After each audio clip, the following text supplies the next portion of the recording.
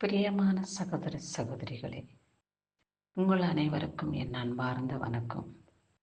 கிறிஸ்துவின் நாமத்தினாலே இதோ அவருடைய பாதப்படியிலே அமர்ந்து எசப்பாவோடு கூட பேசும்படியான ஒரு பெரிய பாக்கியத்தை கர்த்தர் நமக்கு தந்துருளின அவருடைய மட்டிலா நன்மைகளுக்காக, கிருபைக்காக அவரை நன்றியோடு கூட ஸ்தோத்திரிப்போம். இந்த வேளையை காணாமல் எத்தனையோ ஆத்துமாக்கள் மறைத்திருக்கிறார்கள். ஆனால் இம்மட்டும் நமக்கு ஜீவனை கொடுத்து நம்மையும் நம் குடும்பத்தையும் கிருபையோடு வல்லமையோடு பாதுகாத்து அவருடைய செட்டைகள் நிழலிலே நம்மை மூடி மறைக்கிற இந்த தேவாதி தேவனாகிய கர்த்தரை நாம் நன்றியோடு கூட ஸ்தோத்திரிப்போம். அவர் கிருபையினாலே நம்மளை இம்மட்டும் காத்து கொண்டார். அவருடைய வல்லமைக்கு மகிமைக்கு முன்னானது மேன்மையானது ஒன்றுமில்லை என்று நாம் விசுவாசித்து அவரையே பின்பற்றுவோம். அவர் பாதப்படியிலே அமர்ந்து பலவிதமான காரியங்களை நாம் இயேசுவினிடத்திலே சொல்லி இயேசப்பா மனமிறங்கி நம் தேவைகளை பூர்த்தி செய்வார். குறைவுகளை நிறைவாக்குகிற தேவன் யார் என்றால் அவர்தான் இயேசு கிறிஸ்து.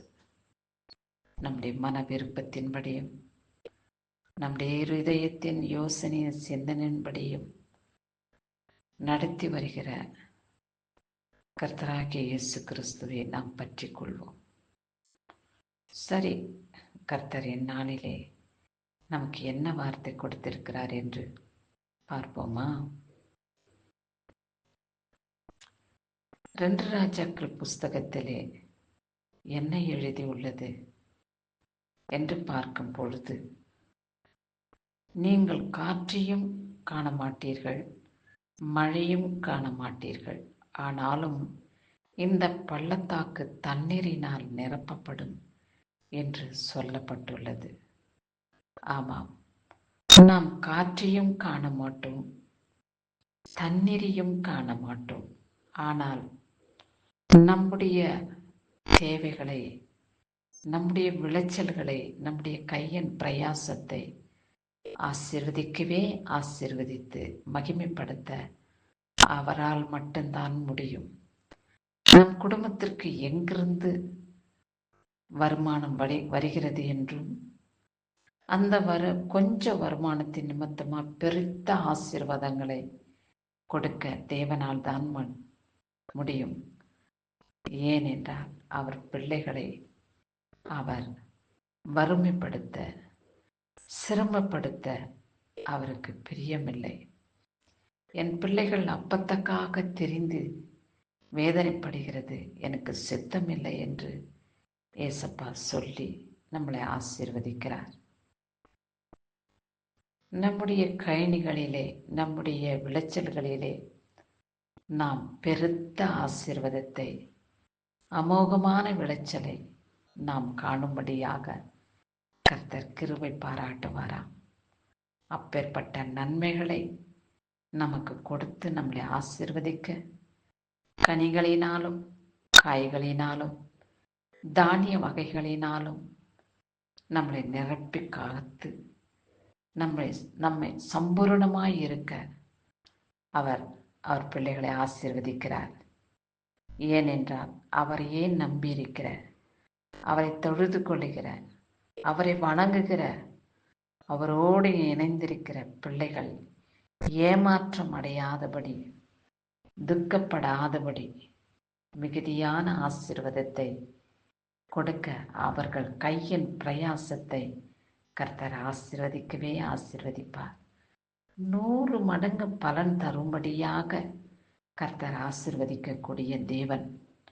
அவரால் ஆகாதது ஒன்றுமில்லை. அவரால் எல்லாம் கூடும்.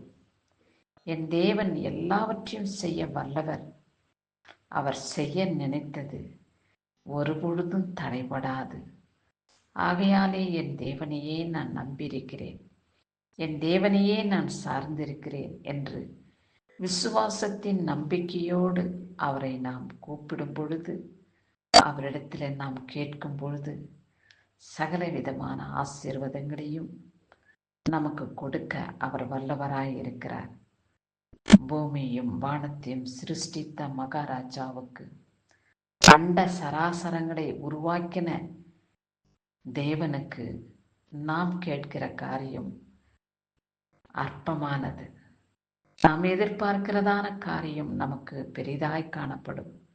ஆனால் அவர் பார்வையிலே தூசாக காணப்படுகிறது. நம் பிள்ளைகளுக்கு நாம் அவர்களுடைய தேவைகளை நான் பூர்த்தி செய்யவே செய்வேன் என்ற இருதயத்தின் சிந்தனையோடு நம்முடைய ஜெபத்துக்கு அவர் பதில் கொடுக்கிறார்.